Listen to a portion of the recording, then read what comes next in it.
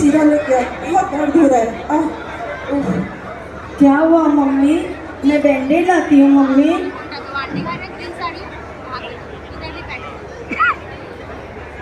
कितनी बार कहा है तुमसे कि सब्जी काटते समय जरा ध्यान रखा करो, ना जाने तुम्हारा ध्यान आजकल किधर रहता है। मम्मी एक चीरा तो आपसे सहन होता नहीं, पूरा शरीर कैसे चीरफाड़ करवाओगी? बेटा, मरने के बाद क्या पता चलेगा। ये शरीर तो नश्वर है, जहाँ से आया है उसी में मिल जाएगा।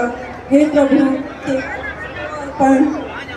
मम्मी इस उम्र में भी आप इतनी सोशल वर्क कर रही हो, इतना नाम इतना अवार्ड मिल रहे हैं, छोड़ दीजिए ना देहदान की जिद को। बेटा हमने देहदान, अंगदान और नेत्रदान का संकल्प ले लिया है और भारत भर की घोषणा भी कर दी है। मम्मी पापा यदि आप बॉडी डोनेट कर दोगे तो हम दाह संस्कार किसका करेंगे? आपकी आत्मा को शांति और मुक्ति कैसे मिलेगी? स्वर्ग नहीं मिलेगा। मनुष्य के अच्छे कर्म में उसके स्वर्ग और नरक का निर्णय करते हैं और जो कुछ भी है यही है इसी जन्म में। पापा सही कर रहे हैं बेटा। हमें अपने मनुष्य जीवन में बहुत सारे पुण्य अर्जित करने चाहिए, ताकि अगला जन्म हो तो हमें से कोई कष्ट कोई पीड़ा ना मिले, और हम यह ना कहें कि पता नहीं पिछले जन्म में कौन से पाप किए थे जो अभी दुख देख रही हूँ। इसलिए हमें समझ में आया बदली, और पुण्य कम करते ही रहना चाहिए। नहीं mummy. Radhe Radhe mummy papa. Radhe Radhe mummy. Radhe Radhe Madhu दीदी।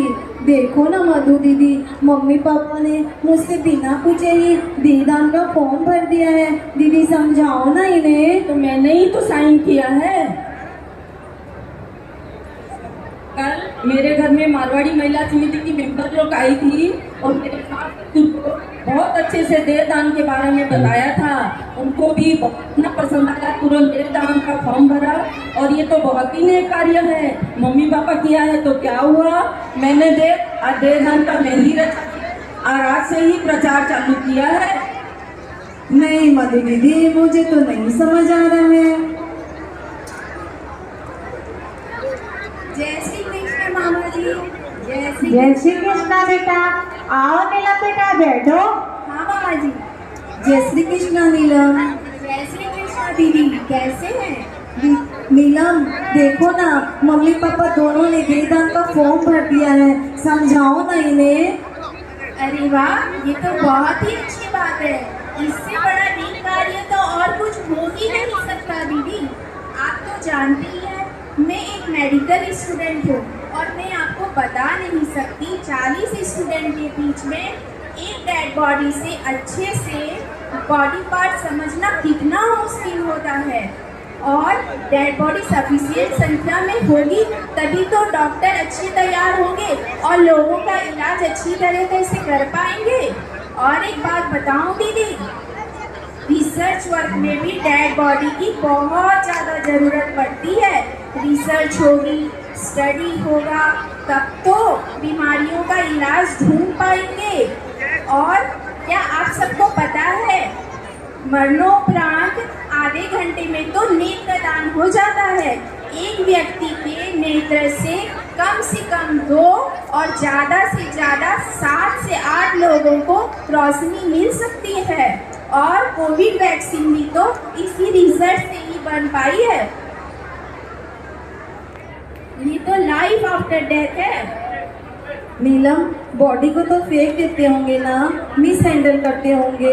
यदि अंतिम संस्कार नहीं होगा तो मुक्ति कैसे मिलेगी? नहीं दीदी, ऐसा नहीं है, ऐसा लोगों को लगता है। देखिए, सबसे पहले डेड बॉडी को केमिकल से भरे टब में प्रिजर्व करके रखा जाता है और बाद में रिसर्च से पहले हम श्रद्धा से प्रणाम करके और शपथ लेकर ही चीरा लगाते हैं। और बाद में बॉडी डिस्पोज के समय में जैसे बायोमेडिकल वेस्ट को जलाकर वेस्ट किया जाता है, उसी तरह बॉडी को भी हाई टेम्परेचर में जलाकर ही हम दाह संस्कार करते हैं। तो अब आप बताइए दीदी, इन सारे प्रोसेस में कौन सी बातें मानवता के खिलाफ है? मेरी बातों पर गौर करिएगा। ठीक है नीलम। राधे राधे यजमान। राधे राधे पंडित जी। आइए पंडित जी, बैठिए। बैठिए। बबली बिटिया के लिए बहुत ही अच्छा रिश्ता लेकर आया हूँ। अरे वाह पंडित जी, ये तो बहुत ही अच्छी बात है। बबली बिटिया, क्या बात है, उदास क्यों बैठी हो? राधे राधे पंडित जी। राधे राधे। पंडित जी देखिए ना, मम्मी पापा दोनों के ऊपर मेहंदी दान का भूत सवार हो रखा है। अंतिम संस्कार कितना जरूरी है, समझाइए ना इन्हें। अरे बिटिया, ये तो अति उत्तम बात है, इसमें इनको मैं क्या समझाऊं, तुम समझो। इस इतना तो पुण्य कार्य है ही नहीं। पंडित जी, पुराने जमाने में तो ऐसा नहीं होता था। नहीं बिटिया, पुराने जमाने में भी ऐसा होता था। ऋषि दधीची ने देवताओं की भलाई के लिए अपने शरीर को त्याग कर हड्डियां उन्हें समर्पित कर दी थी। और जो युवा बर्बरीक थे, वीर के पुत्र, उन्होंने कृष्ण जी के कहने पर देश हित के लिए अपने सिर का दान दे दिया था। और तो और राजा सिंह ने देवताओं और मनुष्यों की छोड़ो कबूतर के लिए अपना मांस समर्पित किया था। आज जिनकी अग्रसेन जयंती हम मना रहे हैं, उन अग्रसेन जी महाराज जी ने तो बलि देना ही बंद कर दिया था। प्रथा को रोक लगा दी थी अपने समय में, ताकि जीव हत्या ना हो। उन्होंने तो इतना भलाई का काम किया, एक रुपया जो उनके गांव में आता था उसको देते थे और अपने समकक्ष रखते थे। पहले के लोग बहुत दयालु और परोपकारी होते थे बिटिया। अभी जो है, लोगों ने जो मृत्यु का दोष देकर स्वरूप भी बिगाड़ दिया है। लोग कहते हैं मृत्यु खोज करने से आदमी की गति होती है। ऐसा नहीं है बिटिया। जिस घर में शोक होता है, मृत्यु होती है, ये बताओ उस घर का बोझ कोई कैसे ग्रहण करे? मृत्यु बोझ बिल्कुल ही गलत बात है। लोग अपनी प्रतिष्ठा बचाने के लिए अपने घर द्वार गिरवी रख के और बोझ करते हैं। मृत बोझ तो बिल्कुल ही बंद होना चाहिए। मनुष्य को मनुष्य के काम आना चाहिए। श्री कृष्ण जी कहते हैं, आत्मा तो अजर है, अमर है, इसको न कोई जला सकता है न कोई काट सकता है। भगवान ने गीता में ऐसा कहा है।